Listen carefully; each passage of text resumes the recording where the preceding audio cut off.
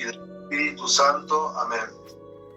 El Santo Evangelio según San Mateo. Gloria a ti, Señor. En aquel tiempo, mientras hablaba Jesús a las turbas, se llegó a él un príncipe y lo adoró diciendo: Señor, acaba ahora de morir mi hija, pero ven, pon tu mano en ella y mira. Se levantó Jesús y lo fue siguiendo acompañado de sus discípulos. Al mismo tiempo, una mujer que padecía 12 años flujo de sangre, llegándose por detrás, tocó la orla de su vestido, porque se decía: logro tocar tan solo su vestido, quedaré sana. Volviéndose Jesús y mirándola dijo: ten confianza, hija, tu fe te ha salvado. Quedó sana la mujer desde aquella hora. Cuando llegó Jesús a la casa de aquel príncipe y vio los tañedores de flautas y la multitud alborotada, dijo: retiraos, pues la muchacha no está muerta, sino que duerme. Se burlaban de él. Expulsada la turba, entró Jesús, tomó a la joven por la mano. Levantándose ésta al instante, se divulgó el suceso por todo aquel país. Palabra de Dios, alabanza a ti, oh Cristo. Con las palabras del Evangelio se han perdonado nuestros pecados. Pueden sentarse.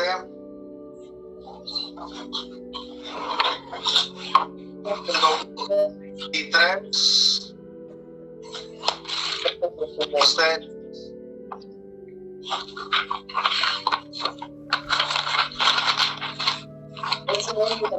Esta misa tiene que ver con la Sagrada Eucaristía.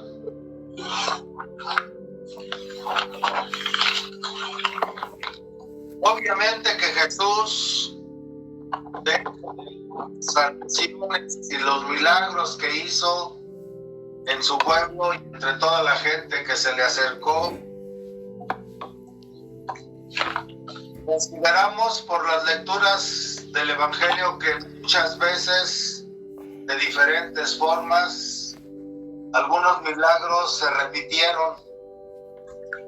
Era obvio. Costumbres de aquellos tiempos, las formas de vivir, de pensar, de comer, de hacer. Obviamente tenía ciertas enfermedades que eran características del lugar, de la... ¿Por qué lo digo? Porque hay dos versiones en el Evangelio de la curación de la mujer con flujo de sangre.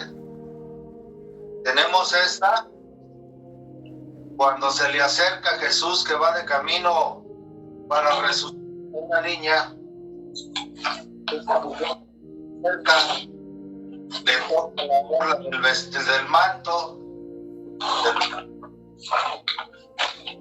Probablemente ha de haber sido más que del manto, del vestido, puesto que la costumbre, después de que ya lo conocían, era que cuando pasaba, le colocaban a los enfermos a uno y a otro lado del camino. Obviamente, las aglomeraciones eran grandes. Obviamente, esta mujer no tenía otra forma de acercarse más que bajar la cabeza, probablemente arrodillarse, para quedar muy cerca y estar al tanto en el momento en que pasara, para tocarle la túnica o la orla del manto. Es la versión del día de hoy. Tenemos la otra, en la que Jesús va acompañado de sus discípulos en medio de la multitud, que se apretuja para tocarlo. Obviamente, nuevamente veríamos enfermos que se le acercan, y enfermos quizá en camillas, tendidos a una y a otro lado del camino. Las calles, cuando entraba a algunas ciudades, algunos pueblos. Esa otra mujer que en medio de la turba en medio de la multitud, que los apóstoles van probablemente con los brazos y con los codos abriéndole paso entre la multitud. Aquella mujer se acerca y le toca también el vestido, de la cual Jesús, al sentir que una fuerza, que su gracia, que la energía de su ser es sacada de su cuerpo, voltea y pregunta: ¿quién me ha tocado? Los apóstoles le dicen: Señor, venimos en medio de la multitud que se apretuja a tu alrededor, todos queriendo tocándote o empujándote, y tú preguntas quién te ha tocado. Es que sentí que una virtud ha salido de mí. Muy interesante, porque esto es un momento de Eucaristía. No cualquiera que recibe la Sagrada Comunión recibe las gracias que Jesús brinda. Aquí vemos que solamente tocan la orla de su vestido, no tocan. Él nunca permitió que lo tocaran físicamente, no aquellos a quienes él, según su voluntad, tocaba con sus manos. Pero si al tocar solo su vestido, el flujo de energía, de luz, de virtud, de gracia, pasaba a todos a quien él quería y a quien permitía que le tocasen, porque no se mueve la hoja del árbol sin la voluntad de Dios. Quiere decir que se requiere una condición especial para poder recibir esa gracia. ¿Qué se requiere para recibir esa gracia? Que la persona sea vasija, que la persona sea receptáculo, que la persona se conecte con nuestro Señor por medio de la fe, por medio del creer que realiza lo que se cree, ya que la fe es la sustancia de las cosas que se esperan, nos dice San Pablo. Y esto es un motivo de meditación, porque cuánta gente comulga, cuánta gente recibe la Sagrada Eucaristía, el cuerpo santísimo, su sangre, su alma y su divinidad de nuestro Señor Jesucristo en la Sagrada Comunión, y cuántos perciben la gracia. Por eso mi insistencia constante desde hace muchos años, conforme a lo que aprendí de la Santísima Virgen María del Rosario, Madre de Dios y abogada de pecadores, que por inspiración del Espíritu Santo en ella, me acuerdo que cuando comulgábamos nosotros allá con ella, nadie nos lo enseñó. Sí, se nos había dicho que había que tener mucho recogimiento después de recibir la Sagrada Comunión. La misa tradicional tiene la gran ventaja de que como la comunión se recibe directamente de manos de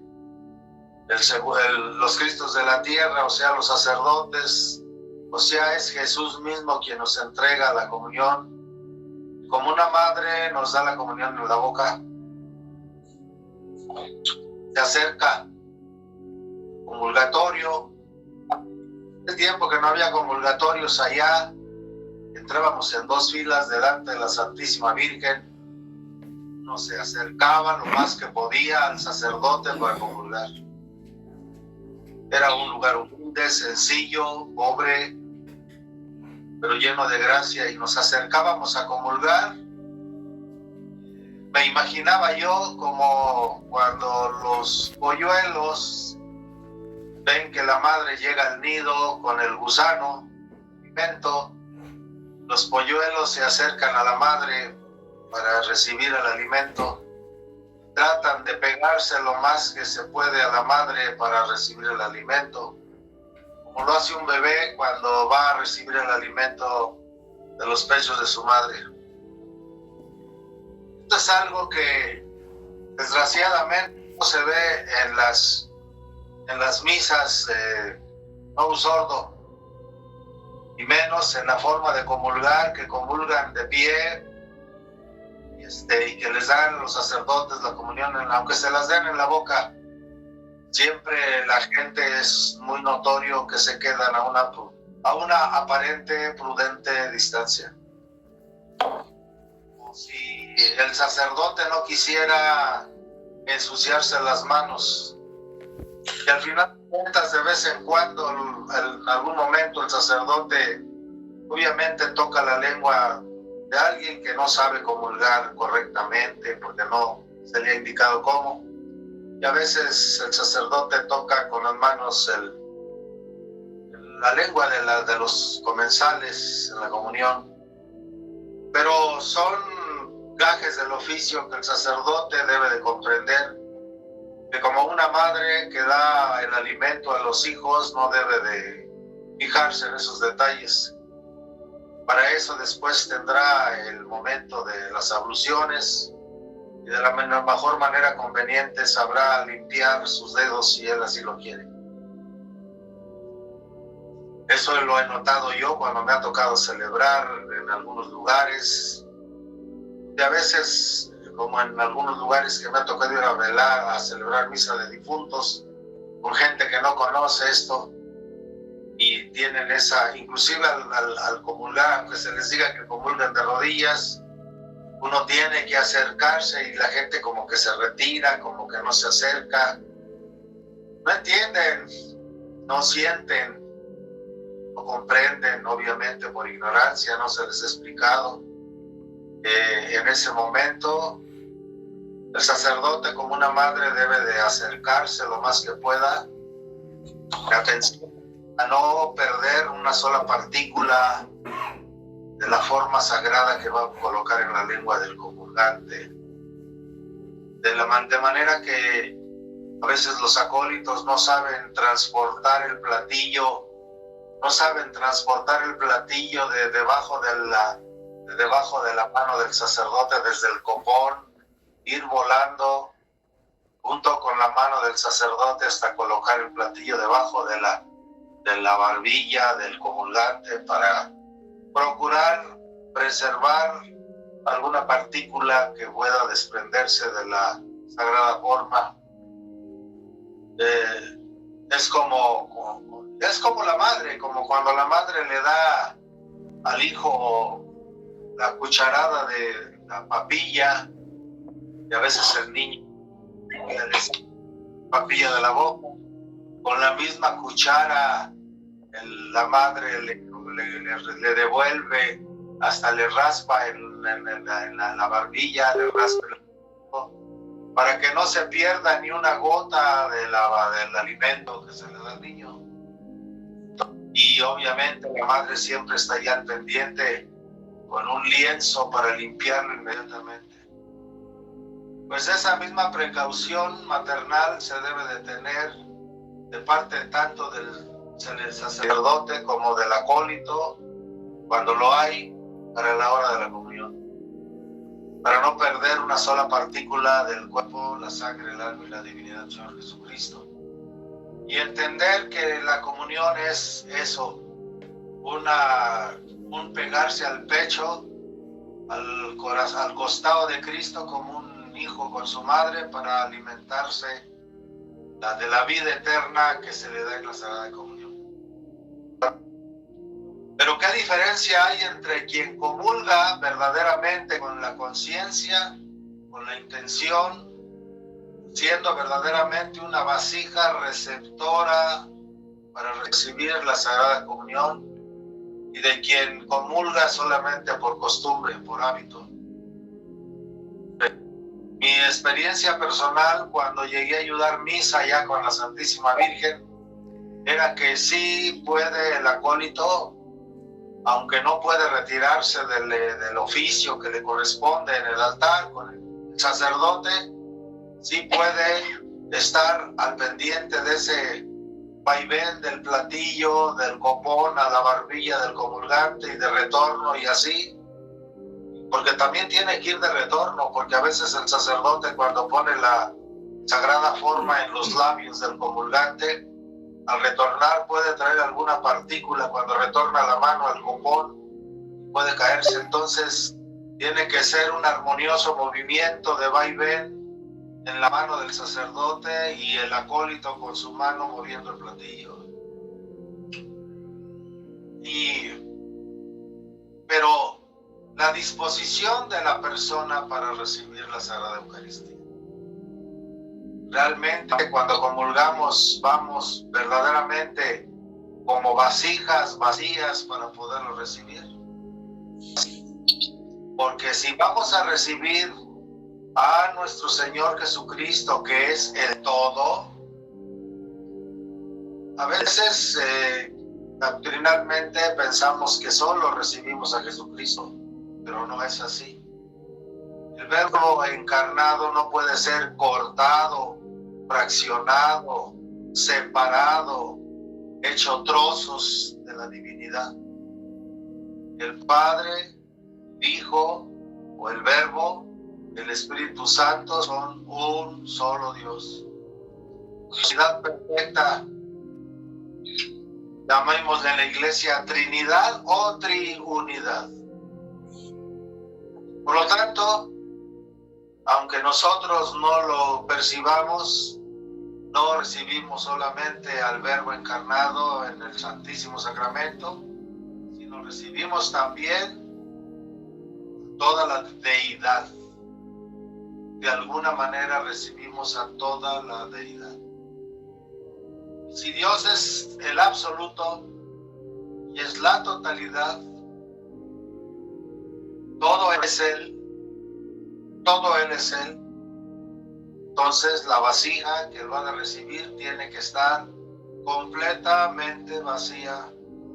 Solamente la vasija que está toda vacía puede ser llenada por el que lo es todo.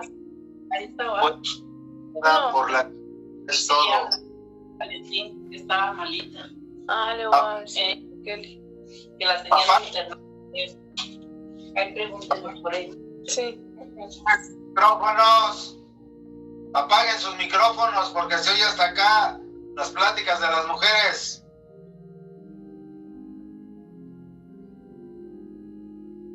Entonces, el que lo es todo tiene que llegar y entrar en una vasija que pueda contenerlo a él de manera total. Espero que me estén siguiendo porque la instrucción va a ir a un nivel más profundo. ¿Qué creen? En ese momento que nosotros comulgamos, en cierta forma nos asemejamos a la Santísima Virgen María como co-redentora, mal que les pese a los falsos teólogos actuales. María, nuestra Madre Santísima, ella no sabía que iba a ser la Madre de Dios, obviamente. Aunque tuvo uso de razón a los 3 meses, no sabía cuál era su destino. Lo sabrá hasta el momento de la anunciación. Lo entenderá hasta el momento en que el arcángel Gabriel se le manifieste. Entonces entenderá ella, nuestra madre, por qué desde niña tuvo esa profunda necesidad de entregarse a Dios, pero sobre todo esa profunda necesidad de vaciarse de sí misma. Nuestra Madre Santísima, mientras no estuvo llena del Espíritu Santo y luego completamente colmada del Verbo Divino en su Inmaculado Corazón y en su alma primero y en su vientre después. Estaba vacía, ella, toda su vida fue vaciarse,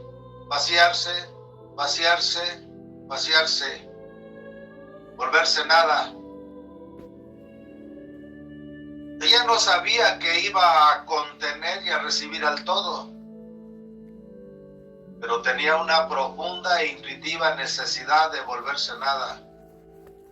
Lo único que la habitaba, ese vacío que ella consiguió con el paso de toda su vida, desde su infancia, el volverse nada, el estar vacía, el ser solo para Dios, lo único que la llenaba, lo único que llenaba ese vacío mientras el Verbo de Dios se encarnó, era la humildad, el silencio, la oración, la palabra de Dios oída y escrita del Antiguo Testamento, la pureza. Era una vasija llena de humildad, de pureza, de silencio, de oración, de meditación y de todas las demás virtudes que son la gracia de Dios, mientras ella después fue llenada y colmada plenamente por el todo. Tenía que ser ella todo vacío, todo nada, para poder recibir en ella al todo, como dice la antífona, al que no cabe en el cielo, en los cielos y en el universo. Cupo en tu vientre, oh María, habitó en tu vientre totalmente, oh María. ¿Cómo pues no llamarle corredentora? ¿Cómo pues no llamarle corredentora? Fíjense bien lo que voy a hablar, para que no vayan a confundirlo con herejía. Malentendido podría sonar como tal y sin embargo no. Les voy a hablar de consideraciones sobre esto.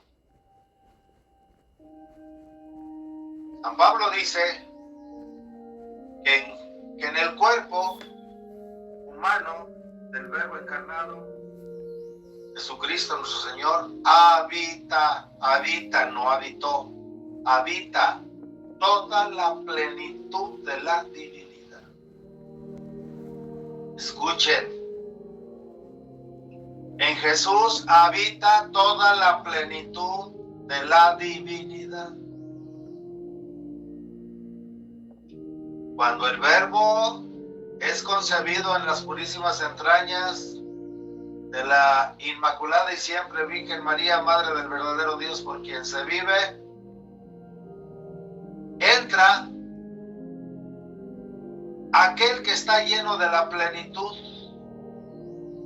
Ella forma en su vientre el cuerpo o el vaso de Jesús, en el cual habita toda la plenitud de la divinidad.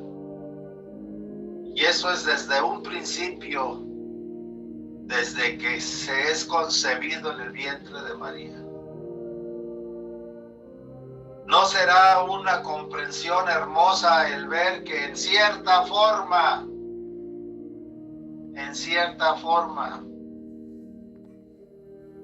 el que contiene en sí la plenitud de la divinidad habita en María? Cierta forma, porque Jesús contiene en sí toda la plenitud de la divinidad y habita en María. María también es contenedora de la plenitud de la divinidad.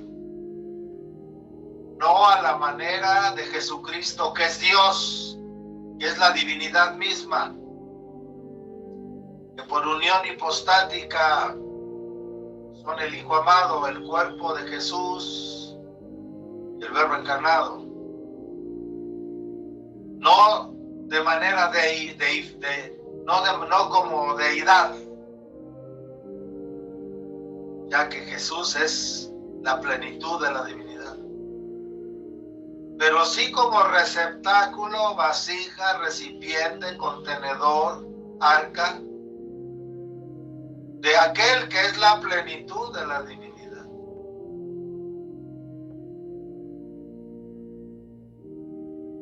Jesús es, en él habita la plenitud de la divinidad por derecho divino. Y en María Santísima, esa plenitud de la divinidad habita en ella, en su inmaculado corazón, en su alma y en su vientre, por obra del Espíritu Santo, y por gracia, esto es lo que la convierte a nuestra Madre Santísima en la segunda Eva. ¿Cómo no llamarla corredentora? Cuando la profundización de estos hermosos textos bíblicos, evangélicos, han llevado en la antigüedad a muchos santos a llamarla corredentora. Han llevado a muchos papas, al menos hasta el Papa Pío XII y muchos papas santos, a llamarla corredentora. Y muchos santos y muchos místicos la han llamado corredentora. Pero la obra de Satán está trabajando en la iglesia y solo decía la Santísima Virgen María del Rosario, Madre del verdadero Dios por quien se vive, que no hay más ciego que aquel que no quiere ver. No hay peor ciego que aquel que no quiere ver. No hay peor sordo que aquel que oyendo no quiere entender. Por eso, desde estas consideraciones, cuando uno va a comulgar, debemos de tener la mayor disposición de vaciarnos. Nuestra vida debería de estar entregada a vaciarnos totalmente de aquello que no le permita al Verbo encarnado, hecho alimento en el santo sacrificio de la misa, hecho sacramento en el santo sacrificio de la misa, de aquello que no le permita habitarnos. Él es la plenitud y nosotros debemos de ser un vacío en plenitud. Quizá no a la manera de la Santísima Virgen, que por gracia recibió eso, pero quizás sí por gracia, con mucho trabajo de oración, de arrepentimiento, de penitencia, de comportamiento, de vivencia del Evangelio. Deberíamos de ser las vasijas lo más vacías posibles para poder dar, para poderlo recibir en nuestro corazón, para sentirnos llenos. La Sagrada Comunión nos debería de hacer sentir que estamos totalmente llenos, que no tenemos necesidad de nada más. La totalidad de Dios, viviendo en la totalidad del vacío y de la nada del hombre. La plenitud de Dios, llenando la nada del hombre. ¿Verdad? Entonces, obviamente, así como cuando nuestro Señor Jesucristo pasaba en medio de los caminos y las calles de las ciudades y pueblos que visitó y le ponían a los enfermos, obviamente que no todos sanaban. Él sanaba a quien Él quería, cuando los quería tocar. Son gracias especiales que Dios concede cuando Él así lo quiere, conforme a su voluntad. Pero hay otra manera de obtener la gracia de Dios, que es: vuélvete vacío, vuélvete vasija. Si eres vacío y vasija en humildad, en oración y en virtud y en trabajo espiritual, le puedes arrebatar a Dios, le puedes arrebatar a Cristo la gracia.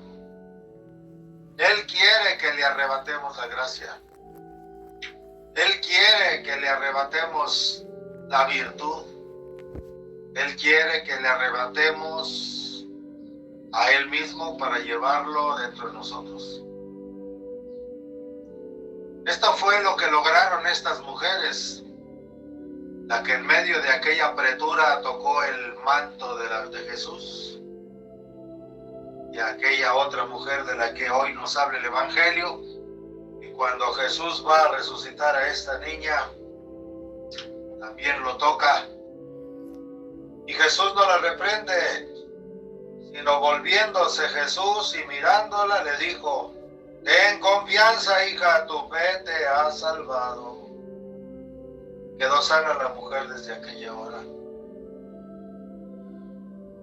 Si comulgáramos con esa intención, si desarrolláramos la capacidad humana, obviamente, y después ayudados por la gracia divina, de recibir la comunión con esa intención de ser llenados, Dios, que es la luz que corrige, Jesús, que es la luz del mundo que corrige, podría corregir todas nuestras faltas de luz y nuestras enfermedades y todas nuestras necesidades en el momento de la Sagrada Comunión. Pero no nada más sana, no nada más restaura, no nada más cura, no nada más levanta y renueva, sino también aún aquello que está muerto, si se tiene fe, resucita. Cuando llegó Jesús a la casa de aquel príncipe, porque mientras hablaba Jesús a las turbas, llegó a él un príncipe y lo adoró diciendo: Señor, acaba ahora de morir mi hija, pero ven, pon tu mano sobre ella y vivirá. Cuando llegó Jesús a la casa de aquel príncipe, después de haber sanado a aquella mujer que le tocó, y vio a los tañedores de flautas y a la multitud alborotada, y ya lloraban por la muerte de la niña, dijo: retiraos, la muchacha no está muerta, sino que duerme. Y se burlaban de él. Expulsada la turba, entró Jesús y tomó a la joven por la mano, levantándose ésta al instante, y se divulgó el suceso por todo aquel país. Aquella niña ya estaba muerta, ya era una vasija vacía, ya no tenía alma, su cuerpo era una vasija vacía.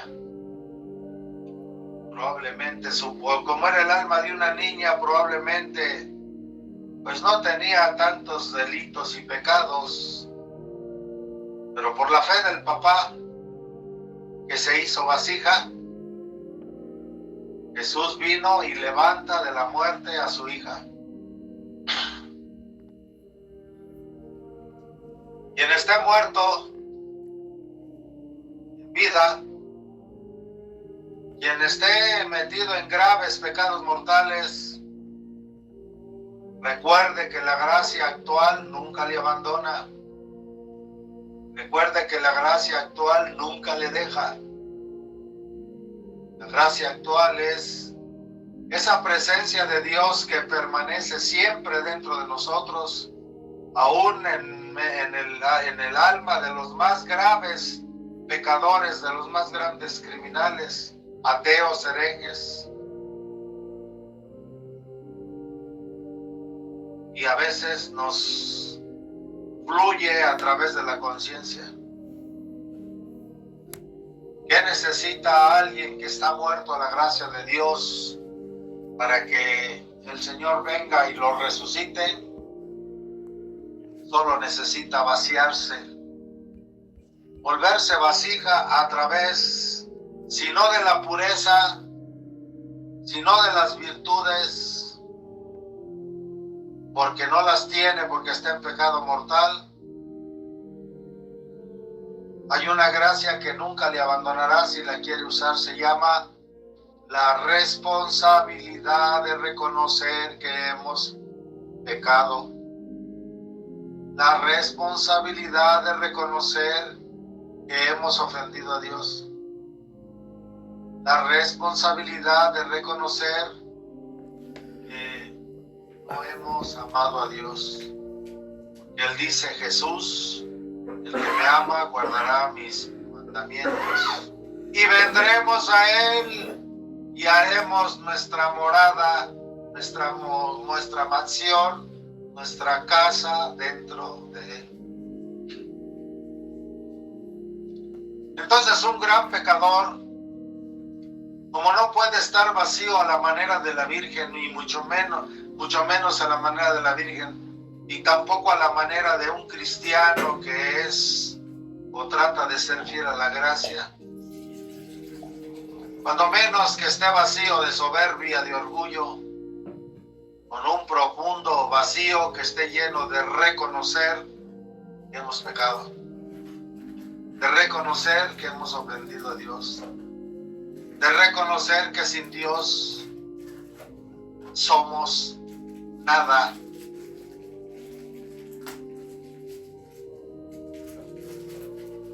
Obviamente, que un gran pecador, si logra agarrarse de esta gracia actual, que nunca le abandonará, inclusive en la hora de su agonía, si él quiere agarrarse de Dios, ahí está la mano de Dios. Como dice aquí, y expulsada la turba entró Jesús y tomó a la joven por la mano, y levantándose esta al instante, y se levantó esta al instante. Siempre está la mano tendida. Hasta después de la agonía, cuando ya mueres, si no quisiste tomar la mano de aquel que te podía decir, Talita cumí, levántate. Si no tomas esa mano, entonces esa mano, en el momento de tu muerte, si no tomaste esa mano se retirará de ti para siempre. Para siempre. Pero siempre, como decía la vidente de la Santísima Virgen María allá en Michoacán, mientras hay vida hay esperanza, me dijo muchas veces, Pedro, no te vayas a arrojar al abismo, mientras hay vida hay esperanza. Entonces, necesitamos ser vasijas. Y de esa disposición para ser vasijas depende mucho lo que cada uno de los cristianos católicos pueda obtener de Jesús a través del toque de la orla. Y no del toque de la orla, porque el católico va más allá del toque de la orla.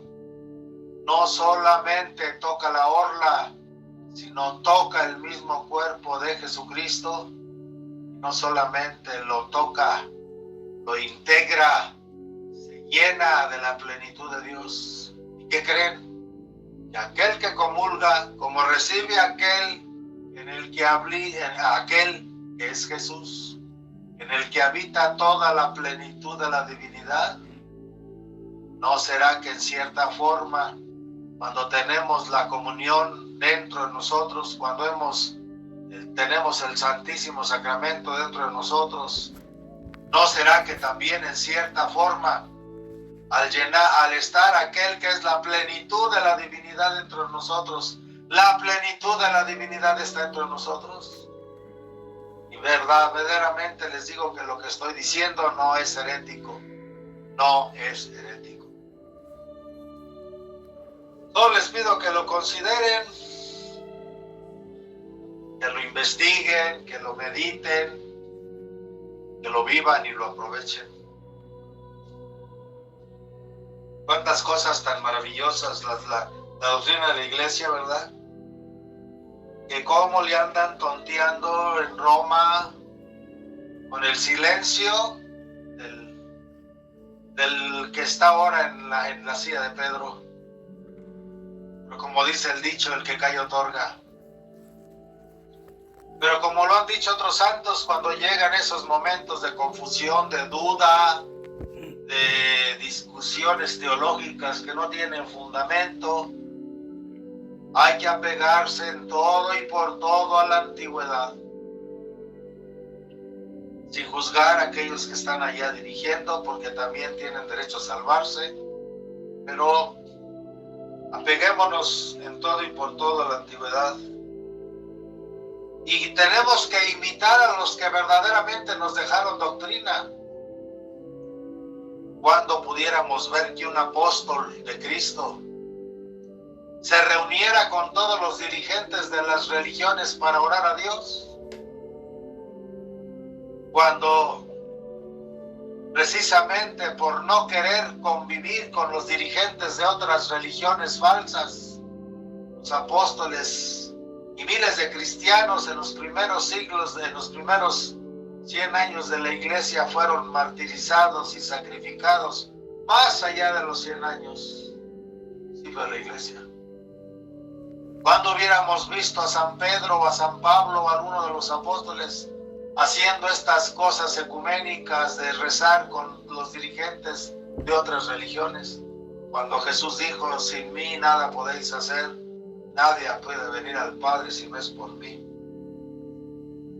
Por eso hemos de apegarnos a la antigüedad, porque en la antigüedad está la verdad, como nos lo dice San Pablo en la epístola a los Filipenses el día de hoy.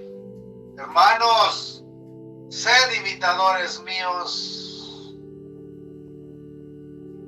porque San Pablo predicaba a Cristo que lo llevaba dentro. Acuérdense que San Pablo estaba tan impregnado de aquel que es la plenitud de la divinidad, Jesucristo, nuestro Señor. Por eso San Pablo predicaba a Cristo. Cristo ya vivía en él y Pablo se comportaba dejando que Cristo fluyera a través de él. Todo lo que San Pablo y los apóstoles hacían, lo hacían porque Cristo, en el cual habita toda la plenitud de la divinidad, moraba en él, moraba en ellos. Por eso dice San Pablo el día de hoy a los filipenses: hermanos, sed imitadores míos y mirad a los que andan según el modelo que tenéis de mí. Porque ya no soy yo el que vivo, es Cristo quien vive en mí. Por lo tanto, dice Pablo, yo trato de comportarme conforme a Cristo que vive en mí. Cristo me mueve, Cristo me dirige, Cristo vive en mí. Por eso sed imitadores míos y mirad a los que andan según el modelo que tenéis de mí. Porque hay muchos de quienes otras veces os he hablado, y ahora lo repito llorando, que son enemigos de la cruz de Cristo, cuyo fin es la muerte. ¿Cómo pensar en papas que se ponen a rezar reuniones con musulmanes que no aceptan la cruz de Cristo? Con judíos que no aceptan la cruz de Cristo, con tibetanos, hindúes o de otras religiones que no creen en la cruz de Cristo. Porque hay muchos de quienes otras veces os he hablado, y ahora lo repito llorando, que son enemigos de la cruz de Cristo, cuyo fin es la muerte, cuyo Dios es el vientre. Solo buscan el dinero para tener la comida, las necesidades materiales, y ponen su gloria precisamente en lo que les debería de servir de confusión, que gustan solo de las cosas terrenas. Mas nuestra morada está en los cielos, de donde también esperamos al Salvador, nuestro Señor Jesucristo, el cual reformará nuestro flaco cuerpo para hacerlo conforme a su cuerpo glorioso. Cada vez que comulgamos, si comulgamos con esa actitud de ser vasijas, podremos obtener las virtudes como estas mujeres que sanaron y como tantos que fueron resucitados por Él cuando estuvo en la tierra. Y cada vez que comulgamos, Él reformará nuestro cuerpo para hacerlo conforme a su cuerpo glorioso, con el poder con que tiene sujetas así todas las cosas. Pero tenemos que dejar que el Santísimo Sacramento, cuando entra dentro de nosotros, realmente dejémoslo ejercer todo su poder dentro de nosotros. Tanto, carísimos y amadísimos hermanos míos, gozo mío, corona mía. La corona de los sacerdotes será todas las almas que hayan creído en el Evangelio, que hayan venido a la iglesia y se hayan salvado. La corona de los padres y madres de familia serán sus hijos, si creyeron en Dios y se salvaron, si hicieron una buena vida. Los padres recibirán su corona de gloria, que serán sus hijos, si los supieron educar, si los supieron llevar. Y así cada quien recibirá su corona. Un empresario, su corona será, aparte si es padre de familia, aparte de sus hijos, su corona será haber llevado a sus trabajadores en una vida recta, en una vida hacia Dios, y así sucesivamente. Por tanto, carísimos, llamadísimos hermanos míos, gozo mío y corona mía, estad así firmes en el Señor. Carísimos, ruego a Evodia y suplico a Cíntica que sientan lo mismo en el Señor. Y también te ruego a ti, fiel compañero, que asistas a aquellos que trabajaron conmigo en favor del Evangelio, con Clemente,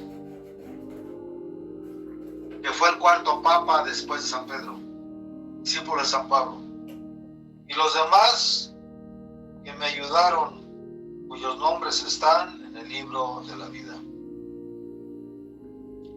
Y dámosle pues a nuestra Madre Santísima que nos